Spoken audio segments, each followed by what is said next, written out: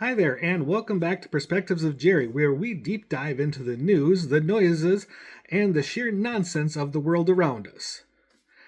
If you're tired of seeing the same mistakes repeated, if you've just thrown your hands up in exasperation, or if you've just wondered why things can't be simple, well, then you're in the right place today. Today, we are tackling a topic that is both universally relatable and utterly frustrating. And I'm calling this video, You Can't Fix Stupid. But before we deep dive into this wonderful topic, do me a favor. If you find yourself nodding along and agreeing with anything you hear today, make sure you hit that like button. Make sure you hit that subscribe button so you don't hear my next rant and breakdown. And also, if you can, please do leave a comment. It all helps the video and the channel. All right. So let's get into it, shall we? We spend so much time talking about fixing problems. Fixing our roads, fixing the economy, fixing relationships. Standard stuff. But what happens when the problem is fundamentally rooted in something deeper than logistics? What happens when the problem is pure, unadulterated, persistent stupidity? I'm not just talking about a simple mistake. I'm talking about the kind of decision making that defies all logic, common sense, and available data. The kind that makes you question the intelligence of the entire species. Let's just look at the headlines recently. Take the debacle involving the Igloo flip and tow rolling coolers. We're talking about a cooler. A simple object designed to hold ice and beverages. Yet this product had a tow handle defect that didn't just malfunction, it was reportedly responsible for dozens of injuries, including some that were severe enough to cause fingertip amputations.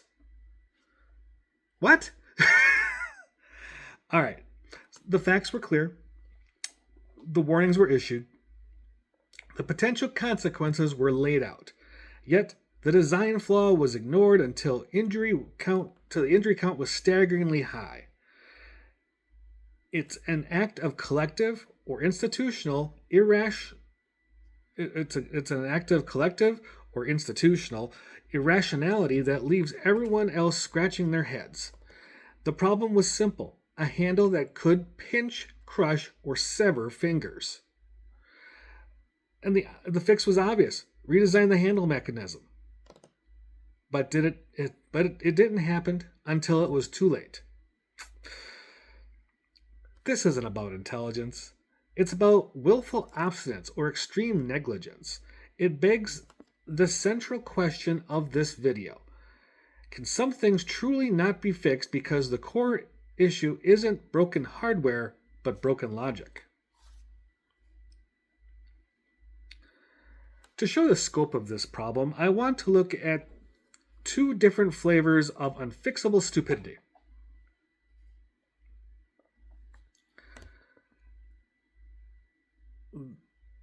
First, we have institutional inertia, or otherwise known as the bureaucratic blunder.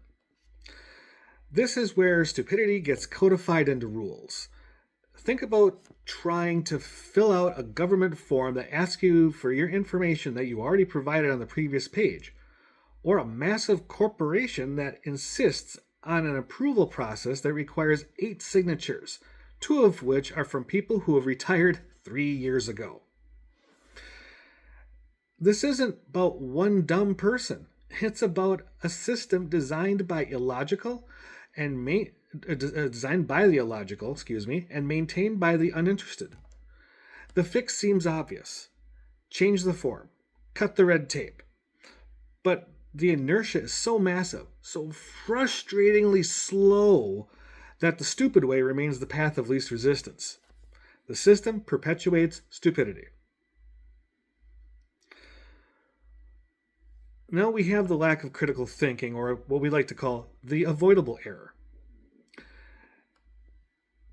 You have this in this case we have the individual failure of common sense. the constant parade of folks who ignore clear warning signs about weather, machinery, or just plain physics. This isn't a lack of formal education. It's a deficit in critical thinking. It's the inability to connect an action to a predictable outcome. And these are the moments where the phrase, "you can't fix stupid," becomes less a humorous sigh and more a deep existential dread. Pardon me for a second.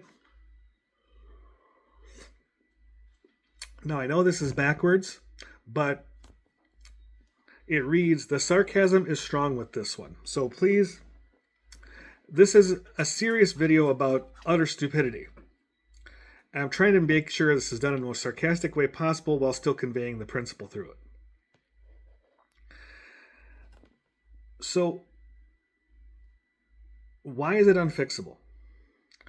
Why does it feel like the phenomenon is immune to education, facts, or even basic consequences? This is where we pivot from the news desk to the philosophical chair. And you know what? I thought about spinning around in my chair for this, but I don't want to make myself dizzy and or knock over my lap or my camera. So, this is me avoiding stupidity. So, we have to first talk about the Dunning-Kruger Effect. Simply put, those who have the least competence and the least knowledge in a subject often dramatically overestimate their own abilities. If you are genuinely ignorant, you might be open to learning. But if you are both ignorant and convinced that you are an expert, you become impenetrable. How do you fix someone who doesn't realize they're broken and in fact thinks they are perfect? Short answer, you can't. You really just, no. The willfully ignorant, just no. Now, the second reason is comfort. We all suffered from confirmation bias. We prefer information that confirms what we already believe. But for the truly unfixable situations, people are actively rejecting facts that challenge their comfort zone. They're not lacking information. They're willfully ignoring the truth in favor of the convenient lie. You can hand them facts and they'll throw them in the trash. That is the definition of unfixable. So, what's our takeaway on this? If we can't fix the stupid, are we really that doomed? The answer is no, thankfully. The harsh reality is that you are often right. You can't fix stupid. You cannot force critical thinking onto someone who refuses to use it, and you cannot dismantle every bureaucratic wall built on pure nonsense. The only fix we have is to fix how we react to it. So you build resilience. We got to build systems that are resilient to human error and irrationality, and assuming mistake, because we assume that things are going to happen.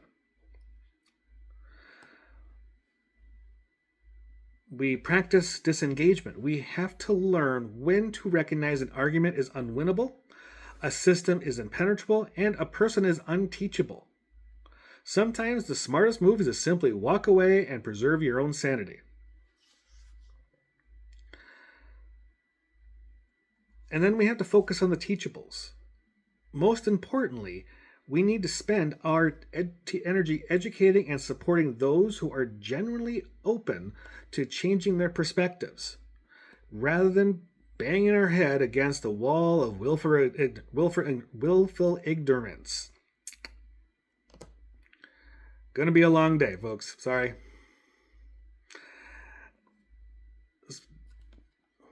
So, like I said, you can't fix things that are already broken. Expect things to go wrong and just handle how you handle it. Handle it best you can. But this is my perspective on why some things are truly just unfixable. Now, I want to hear your thoughts on it. In the comments, please let me know, what is the most frustrating example of unfixable stupidity that you have personally encountered as of late? Drop that in the comments below. I'm going to really be entertained by this. And I'll probably shake my head a lot. It's just what it is. So if this video resonated with you, please do remember to hit the like button, hit the subscribe button, leave a comment, ring that notification bell so you can get all of my videos. And I will see you next time on Perspectives of Jerry.